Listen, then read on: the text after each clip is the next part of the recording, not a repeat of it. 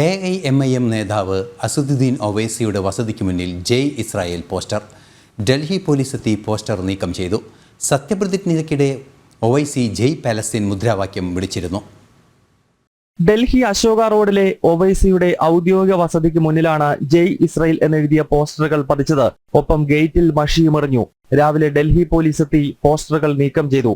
സവർക്കറുടെ പിന്മുറക്കാരാണ് അക്രമം നടത്തിയതെന്നായിരുന്നു Owaisi प्रतिकरण. Domestic help है राजूलाल, उसको पीटा गया. ये सब लोग रेडिकलाइज हो चुके हैं और इजराइल का फ्लैग लेकर आते हैं, धमकी देते हैं. तो इनको रेडिकलाइज और ये एक्सट्रीम हो गए हैं अपने व्यूज में. तो इस वजह से कि नरेंद्र मोदी ने उनको रेडिकलाइज कर दिया उनकी सरकार ने. तो इसलिए वो समझते हैं कि हिंसा के जरिए या धमकियों के जरिए वो अपने पॉलिटिकल एजेंडे को और आइडियोलॉजी के ऑब्जेक्टिव हासिल करेंगे. ഹൈദരാബാദ് എംപിയായ അസദുദ്ദീൻ ഒവൈസി സത്യപ്രതിജ്ഞയ്ക്കിടെ ജയ് പാലസ്തീൻ എന്ന് വിളിച്ചത് വൻ വിവാദമായി.